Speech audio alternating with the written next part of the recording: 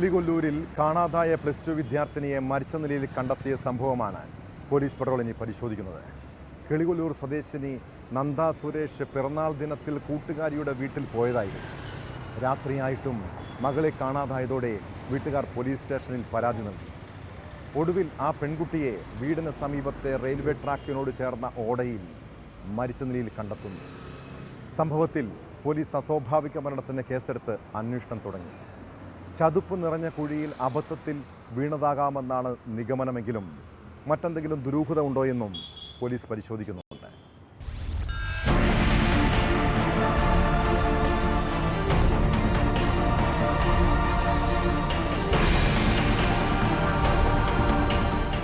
+2 വിദ്യാർത്ഥിയായിരുന്നു നന്ദ സുരേഷ്. നന്ദയുടെ പിറന്നാൾ ദിനത്തിൽ സഹപാഠിയുടെ വീട്ടിൽ പോയിരുന്നു. തിരികെ വീട്ടിലെത്താത്തതിനെ തുടർന്ന് കിളികൊല്ലൂർ പോലീസ് സ്റ്റേഷനിൽ ബന്ധുക്കൾ പരാതി നൽകി. വ്യാഴാഴ്ച മുതലാണ് നന്ദയെ കാണാതായത്. നാട്ടുകാർ നടത്തിയ പരിശോധനയിൽ വൈകിട്ടോടെ മൃതദേഹം കണ്ടെത്തുകയായിരുന്നു. ഇന്നലെ രാത്രി 7 മണി മുതലാണ് മോളെ കാണാതായത്. അങ്ങനെ നാട്ടുകാരുടെ എല്ലാം കൂടി ഒരു അന്വേഷണം കാര്യങ്ങളുമെല്ലാം നടത്തി പ്രാദേശികപരമായിട്ടെല്ലാം അന്വേഷിച്ചു. ഇപ്പോഴൊന്നും കുട്ടിയെ കണ്ടില്ല. അങ്ങനെ നേരെ സ്റ്റേഷനിൽ പോയി പെറ്റീഷൻ കൊടുത്തു.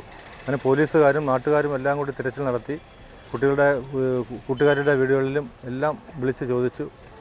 ആ ഒരു അന്വേഷണം നടത്തിക്കൊണ്ടിരുന്നപ്പോഴാണ് ഇന്ന് ഉച്ചയായപ്പോഴത്തേക്ക് ഈ സജീവ് എന്ന് പറഞ്ഞ പാർട്ടിയും കുട്ടിയുടെ അച്ഛനുമായിട്ട് ഒരു രണ്ടുപേരും കൂടി ഒരു സംശയത്തിൻ്റെ പുറത്ത് നമ്മൾ ഈ സൈഡിൽ കൂടെ ഒന്ന് ഇറങ്ങി ഒന്നുകൂടി ഒന്ന് നോക്കാമെന്ന് പറഞ്ഞു. ഇന്നലെ ഈ സൈഡെല്ലാം നോക്കിയതാണ്, ഇപ്പോഴൊന്നും കണ്ടില്ല. അങ്ങനെ ഓടയുടെ അകത്തായിപ്പോയി. പോച്ച മൂടി കിടന്നതുകൊണ്ട് ഓടയുടെ അകത്തായിരുന്നു. അങ്ങനെയാണ് അതിൻ്റെ അച്ഛനും ഈ സജീവ് എന്ന് പറഞ്ഞ ഇവിടുത്തെ പാർട്ടിയും കൂടിയായിട്ട് ഒന്ന് ഇറങ്ങിയപ്പോഴത്തേക്കാണ് ഇത് കണ്ടത്. സിറ്റി പോലീസ് കമ്മീഷണറും ഫോറൻസിക് സംഘവും സ്ഥലത്തെത്തി പരിശോധന നടത്തി. വീടിന് സമീപത്തു കൂടി നടന്നു വന്നപ്പോൾ താഴ്ചയിലേക്ക് തലകറങ്ങി വീണതാകാമെന്നാണ് പ്രാഥമിക നിഗമനം. റെയിൽവേ ട്രാക്കിന് സമീപത്തെ ചതുപ്പ് നിറഞ്ഞ കുഴിയിൽ വീണതിനാലാകാം ആരും അറിയാതെ പോയതെന്നും നാട്ടുകാർ സംശയിക്കുന്നു.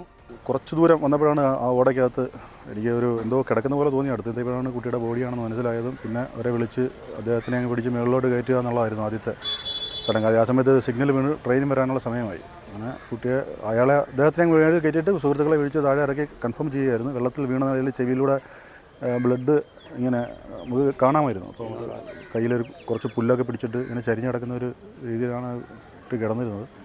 മൃതദേഹം പോലീസും നാട്ടുകാരും ചേർന്ന് ആശുപത്രിയിലേക്ക് മാറ്റി. സംഭവത്തിൽ ദുരൂഹത ഇല്ലെന്നാണ് പോലീസിന്റെ പ്രാഥമിക നിഗമനം. പോസ്റ്റ്മോർട്ടത്തിലെ കൂടുതൽ വിവരങ്ങൾ വ്യക്തമാകൂവെന്ന് പോലീസ് പറഞ്ഞു.